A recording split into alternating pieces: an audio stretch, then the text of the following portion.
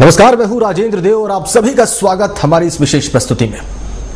Italy के दो नौसैनिकों का पहले इटली जाना, वहां की सरकार का उन्हें वापस भेजने से इनकार करना, फिर अचानक यू टर्न लेना और इस बीच में देश के सर्वोच्च न्यायालय का इटली के राजदूत को भारत के बाहर जाने से मना करना।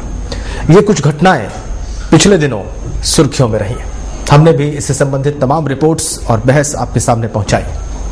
जिस व्यक्ति की याचिका पर सुप्रीम कोर्ट ने विशेष संज्ञान लेते हुए इटली के राजदूत जो भारत में डैनियल मेंसिनी है, उनको भारत से बाहर जाने पर रोक लगाई थी, वो है जाने माने विद्वान, जनता पार्टी के अध्यक्ष डॉक्टर सुब्रमण्यम स्वामी। इस वक्त हमारे साथ स्टूडियो में। बहुत स्वागत आपका सर।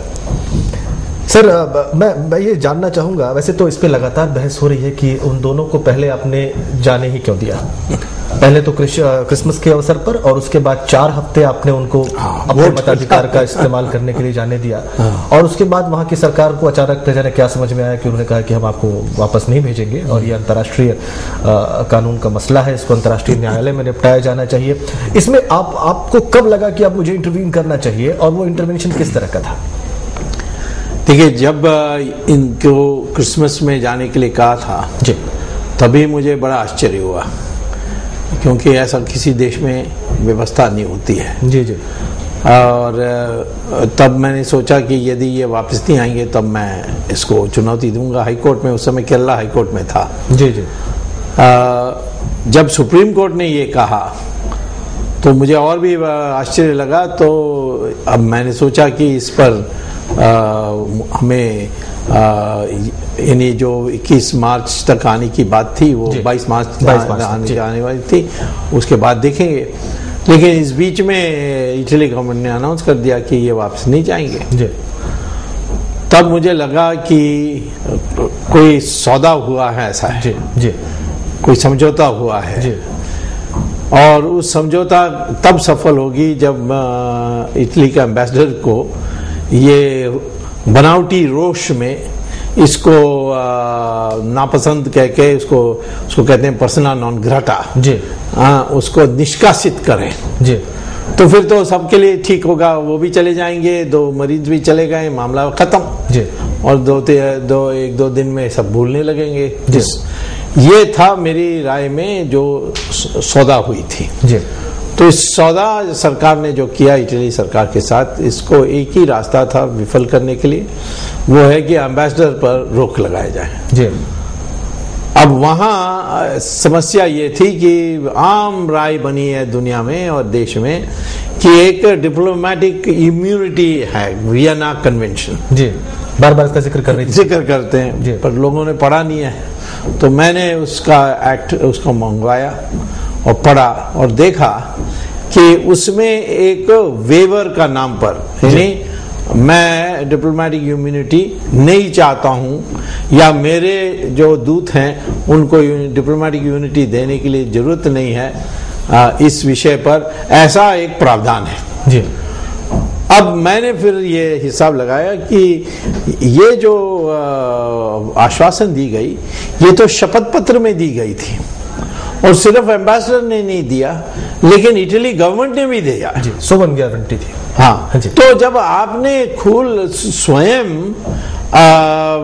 न्यायालय में हाजिर होने के लिए आप तैयार हो गए और न्यायालय के फैसला यानी प्रक्रिया में जुड़ने के लिए आपने फैसला कर दी, तो फिर आपका वेवर का सवाल कैसे हो सकता है? ये कि वेवर इम्यूनिटी इसके लिए है कि आपको कोई बाध्य नहीं कर सकता, आपको कोई जबरदस्ती नहीं कर सकता कि आपके ऊपर हिंदुस्तान के कानून चले। आप डिप्लोमेट हैं, मान लीजिए मैं गाड़ी चला रहा हूँ, रेड लाइट पार कर लेता हूँ, पुलिस वाले आते हैं, वो आपको टिकट नहीं दे सकते। लेकिन आप उस पुलिस वाला से टिकट लेंगे अपनी मर्जी से कि अच्छा ठीक है मैं फाइन देने के लिए तैयार हूं, तो तब बाद में आप कह नहीं सकते। आपने खुद अपने स्वीकृति दी है कि मैं हिंदुस्तान की सुप्रीम कोर्ट की प्रक्रिया में शामिल होऊंगा, मुझे वेवर नहीं चाहिए। तो इसलिए आप जाने के बाद आप नहीं कह सकते, आपका काम हो गया उसके बाद कहोगे डिप्लोमेटिक इम्यूनिटी, वो कह नहीं सकते।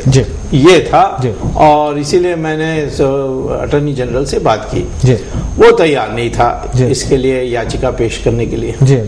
मुझे एक ही रास्ता था आने के लिए कि मैं ये कहूं कि कंटेम्प्ट माने सुप्रीम कोर्ट का अवमान्य हुआ है, बेइज्जती हुआ है कि एक सुप्रीम कोर्ट के सामने के एक एम्बेसडर या सरकार शपथ पत्र देती है, उस पर विश्वास करके एक अभूतपूर्व फैसला देते हैं कि या तुम जाकर वोट डाल के आओ। ये दुनिया में सब हंसे जब हमने दिया, परंतु वो उसमें आश्वासन देने के बाद आप मुकर्रर कर रहे हैं या आप उससे अपने को दूर रखने चाहते हैं, ये नॉट अलाउड। तो मैंने सोचा कि कोर्ट में जाकर इस पर बहस करूं। पहले तो चीफ जस्टिस मुझे एक बाहर का आदमी आया हुआ है, इसको क्यों आने देना है, उस दृष्टि से मुझसे पूछा। मैंने कहा इन दोनों के बीच में जब सांठगांठ है, न्याय कैसा होगा? न्याय होगा जब पक्ष और प्रतिपक्ष होगा, तभी तो आप फैसला कर सकते हैं दोनों तरफ की बात। यहाँ तो ये सब एक तरफ हो गए हैं। हाँ। इसीलिए मुझे हाजिर होना आवश्यक है। तो कोर्ट ने माना और फिर उन्होंने ये रोक लगाई। उस रोक के कारण ही ये जो नौसेना के जवान हैं उनको वापस आना पड़ा। ये तो इसमें तो कोई दो राय नहीं कि आपकी याचिका ने यहाँ पे बड़ा महत्वपूर्ण रोल प्ले किया। सरकार भी मजबूरी में से ही कह रही है कि कोर्ट को क्रेडिट जाता है, हम कह रहे हैं कि आपको भी क्रेडिट जाता है। कोई बात नहीं। लेकिन सर एक सवाल है, क्या जो कुछ ये कह रहे हैं विदेश मंत्री सलमान खुर्शीद और सरकार डंका पीट रही है कि ये हमारी विदेश नीति की कामयाबी है, सफलता है, आपको लग रहा है जो बातें कही जा रही है इसमें कोई दम है? और जो कुछ दिखाई दे रहा है पेपर पे, इसके पीछे भी कोई चीज चल रही है? नहीं, निश्चित तौर पर मुझे लगता है कि ये जो हेलीकॉप्टर का मामला है जिसमें मेरे ख्याल में जल्दबाजी में इटली सरकार ने कह दिया कि एक परिवार को खुश करने के लिए सब किया गया। तो वो कौन है परिवार जो इतनी शक्तिशाली है कि इटली की सरकार उसको इतना मान्यता देना चाहिए? तो ये बाहर निकल ना जाए, इसमें कहीं ना कहीं सौदा हुआ है। और उसमें ये बात ये मरीन्स की जो नौसेना के जवान हैं उनका कुछ है। और मुझे लगता है कि जो साजिश हुई वो ये था कि ये जाएंगे और फिर वापस नहीं आएंगे, और उसके बाद भारत सरकार बनावटी रोष में इसको निष्कासित करेंगे और ये भी चले जाएगा, फिर मामला खत्म। ये था साजिश। और अब देश में बड़ा गंभीर और क्रोध आया लोगों को। तो तब ये सरकार अपने बचाव के लिए ये कहने लगे कि हमारी बड़ी जीत हुई। हमने क्या कहा? उन्होंने कोर्ट में कभी नहीं कहा कि इसको रोको। सबको पता है कि ये नहीं रोकते तो ये वापस नहीं आते। तो सरकार की योगदान क्या है इसमें? और ये नहीं कि उनको पता नहीं था। मैंने अटॉर्नी जनरल को कहा था मैं 10:30 बजे खड़ा होने वाला हूँ, आप भी आ जाइए। वो आए थे, मैंने ये कहा आप ये बात रखिए, उन्होंने कहा मैं नहीं रख सकता। अगर सरकार की ऐसी मंशा होती तो आपकी बजाय शायद वही रखते। हाँ बिल्कुल, नहीं हाँ बिल्कुल, मुझसे कहते हैं कि भाई ठीक है बहुत धन्यवाद, हाँ हम कर रहे हैं। नहीं किया उन्होंने। तो आपको लगता है कि इटली के मामले में भारत की विदेश नीति कुछ अलग ही बदल जाती है? देखिए हमारे देश में ये दुर्भाग्य है क्योंकि इटली का कोई दुनिया में कोई ऐसा मान नहीं है कि उसमें वहाँ नए नए यंत्र पैदा होते हैं जैसे अमेरिका का है। और इस देश में भ्रष्टाचार सीमा पर है। और उनका जो इसके पहले जो प्रधानमंत्री था वो तो बड़े यानी नैतिकता में कभी पतन किसी में देखना है तो उस व्यक्ति में देख सकते हैं। लेकिन क्या है कि एक इम्प्रेशन बनाई गई कि इस देश में हर निर्णय में सोनिया गांधी और उनके परिवार हावी है।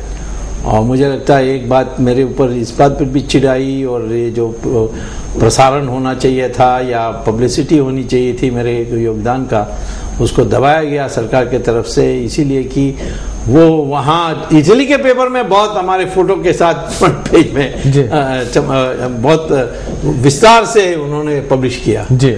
लेकिन यहाँ हिंदुस्तान में यहाँ क्योंकि ये कि आज देश में कानून को का प्रक्रिया शुरू करने के लिए कोई व्यक्ति कर सकता है जो पावर में नहीं है, ये बात को दबाने चाहते हैं। तो इटली के साथ शुरू से मैं 1981 से जानता हूँ, उसके पहले भी हुआ होगा, हर बात पर इटली को एक स्पेशल एक अवसर था। जी हर कॉन्ट्रैक्ट में उनको पहले मिलती थी जी यदि वो नहीं चाहते तो दूसरे के सोचते थे जी। अब ये हेलीकॉप्टर में भी ऐसे बिल्कुल, इसमें तो साबित हो गया ऑलमोस्ट। देखिए कोर्ट में एक मामला चल रहा आज तो डिफेंस मिनिस्टर ने कह दिया कि भ्रष्टाचार हुआ है। भ्रष्टाचार हुआ है। बहरहाल ये तय है कि जो कुछ दिख रहा है इस डील के पीछे, उसके पीछे भी कुछ सत्य है। डॉक्टर स्वामी यहाँ स्टूडियो मौजूद हैं। विदेश नीति एक ऐसा विषय है जो लगातार सवालों के दायरे में है। भारत सरकार की जो विदेश नीति है, फॉरेन पॉलिसी है। अभी तो हम सिर्फ इटली की बात कर रहे थे, क्या श्रीलंका के मसले पर भारत सरकार ठीक कर रही है, और ओवरऑल भी क्या भारत की विदेश नीति और जो दूसरी महत्वपूर्ण नीतियां हैं वो सही दिशा में है। इस पर हम डॉक्टर सुब्रमण्यम स्वामी से कुछ प्रश्नों के उत्तर लेंगे इस बहुत छोटे से ब्रेक के बाद।